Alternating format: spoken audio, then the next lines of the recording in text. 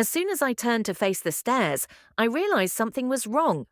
Three elderly men watched me in the corridor behind me. They were visitors who were meant to remain in the living room, but their silence didn't fit the talk we had just ended.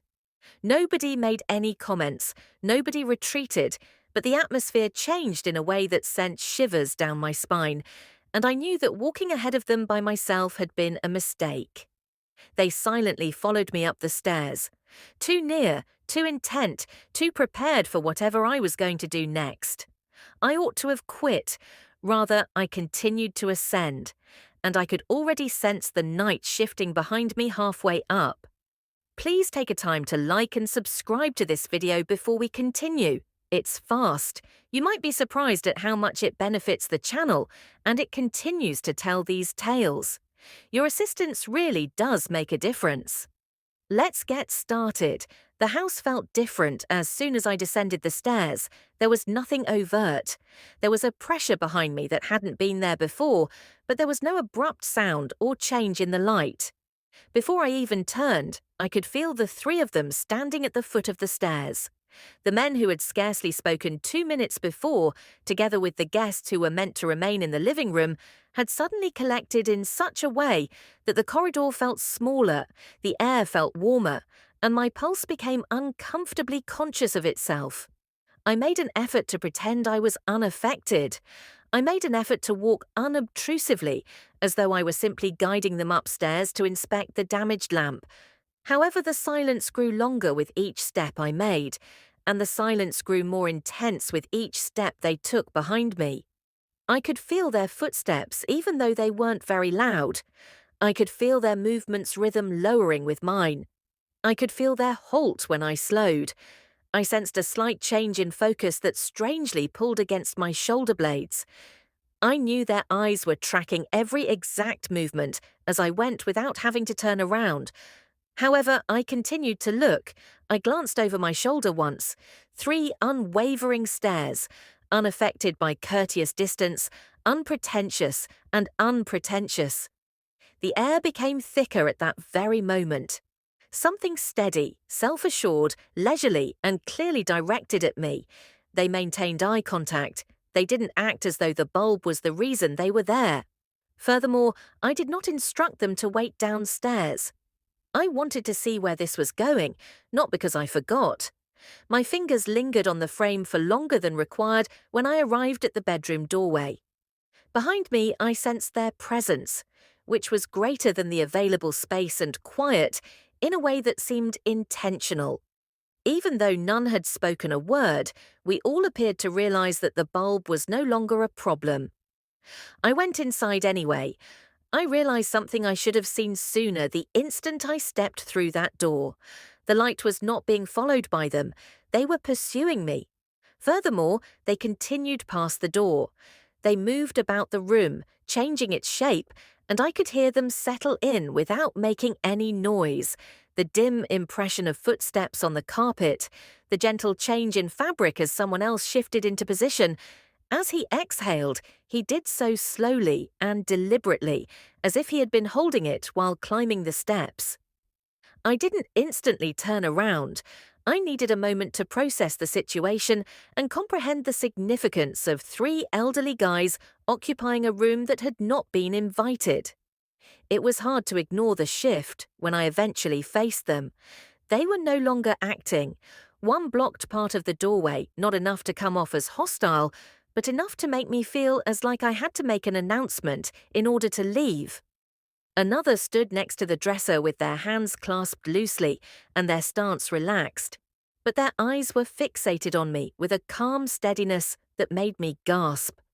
Before I even looked at his face, the third had gotten close enough for me to sense his slight warmth. Nothing improper had occurred. However, I wasn't prepared for how intense every aspect of the scene seemed. To give myself something to do, I knelt next to the lamp. A pointless chore, a well-known gesture, a location to gaze away from them. However, that didn't make the occasion any less poignant. I sensed their interest growing as I stretched for the cord, as though the slightest movement would capture it. The way a stray hair slid across my shoulder, the bend of my back, and the movement of my head. With each breath I took, the room moved. Clearly, but not in a sexual or overt way. None of them made the slightest attempt to diffuse the atmosphere when I stood there attempting to resume the conversation. They observed me with a level of silent concentration that, even in the absence of words, begs the inquiry, "What are you thinking?" I was forced backward by its weight till my legs were in contact with the bed's edge.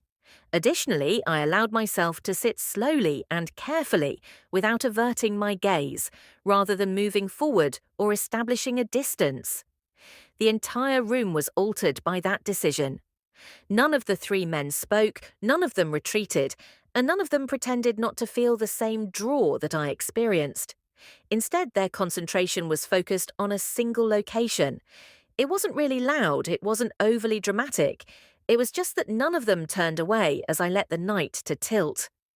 As soon as I was on the bed, the atmosphere changed, as though my weight on the mattress had caused something in the room to come loose.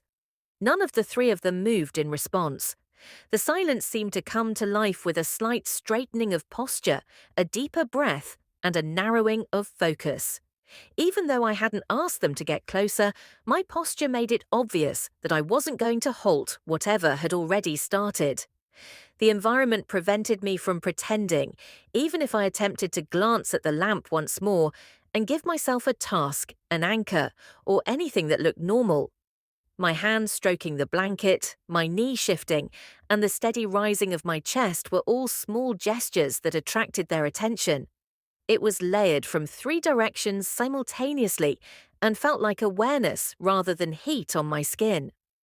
One of them moved forward, making a slight adjustment to have a better view of the lamp, but he got close enough that I could feel his silhouette before I raised my head. Another, no longer at ease, leaned slightly against the dresser and watched me with a conviction that unnerved me more than any audacious gesture. The one closest to the door, the third, hardly moved at all. However, his silence seemed to be a decision in and of itself. I told myself to get up. I reminded myself to say something impartial that would diffuse the situation and bring the place back to normal. However, the words failed to appear. My body remained still. Rather, I found myself staring up at the man who had stepped in with the pretext of helping with the lamp, the man nearest to me. He didn't flinch as he held my stare. My gut knotted at that unwavering, unfettered stare without a grin or hesitancy. I began, "You don't have to," but before I could finish, the phrase fell apart. In that silence, even my own voice sounded different, softer than I intended and tinged with something I couldn't conceal. I was not touched by him. He didn't make contact. He merely remained close enough for me to sense the tiniest pressure of his presence brushing the edge of my composure. The other two behind him moved, not coming closer or moving away, but fitting in with the situation as though there had been an unsaid exchange between us. There was no tangible sense of being surrounded. The atmosphere was atmospheric, a gradual increase in focus that intensified every breath I took. I leaned back a little on my hands because the weight of their combined attention forced me to remain still rather than to invite anything or indicate assent. And everything was altered by that one slight rearward lean. They all three stood up straight. They all three became more focused. It appeared like all three of them simultaneously recognized the same shift. My heart began to pound in my throat. I could feel the warm, anticipatory air growing thicker about me. I no longer felt alone in the room. I finally grasped the nature of what was going on at that point. It was a gradual, purposeful tug that none of us had interfered with, not an error or a miscommunication. And when I truly looked up again, they were all watching me in the same manner, anticipating my next move and being ready to follow it. I became aware that the night wasn't spiraling at that point. Without intending to, I was directing it. In a manner I had never heard before, the room fell silent, thick with something I could feel in my chest, yet not empty or waiting. There were three men standing near to me, each facing a different way, and they were all observing me with such intense attention that there was no possibility of misinterpretation, and I didn't try to hide how much it touched me for the first time all night. I slowly adjusted my weight on the bed, hoping to feel more at ease. However, in the silence, the mattress's sound appeared unnaturally loud. All three of them responded simultaneously in a subtle, instinctual, and obvious way. He closed the space he had been holding all night with a single step forward from the one at the door, a firmer posture from the one at the dresser, and a deeper breath from the one by the light. All of a sudden they surrounded me, just there, not touching. They were so close that I could feel their actual presence encircling my body. In an attempt to steady myself, I raised my chin, and the man closest to me reflexively mimicked the movement. His breath was warm enough to cause my own exhale to catch unevenly as it touched the space between us. With the same silent pull that had been growing since the steps, the others moved closer in the silence, not hurrying or competing. Before I saw him, I sensed one of them behind me. His posture framed my shoulder as his shadow moved across the blanket. A slight chill went up my spine as the shift made the air tighter around my back. Another angled toward me, a little to my left, as though I had beckoned him there. The third remained in front, steady and methodical, his stare capturing mine in a way that caused everything else to disappear. It was just right. Too much. I could sense a closeness even in the absence of physical contact. Without realizing it, I leaned forward slightly as a result of our shared gravity. The man in front of me seemed to be stirred by the air itself. He lowered himself to my level so that I could feel his warmth running down my cheek without actually touching me. The space shrank to that tiny breathing passageway between us. The figure at my shoulders moved once more behind me. Even though we weren't touching, I could feel him there because his body heat moved in a thin, electric line down my back. Another approached from my left, and I couldn't help but notice the subtle rustle of his shirt as it matched my heartbeat. They formed a circle about me, a silent enclosure that got closer by the second. I allowed myself to lose myself in it. As my breath came up unsteadily and my palms pressed into the mattress, the three of them reacted in perfect unison, leaning in and encircling me, their presence reducing the distance by every inch, save the final one. With it, the space felt alive, vibrant, and intense. Every change intensified, every breath exchanged, and every inch of distance between us that is thin enough to feel. I kept my eyes fixed on it, and none of them did.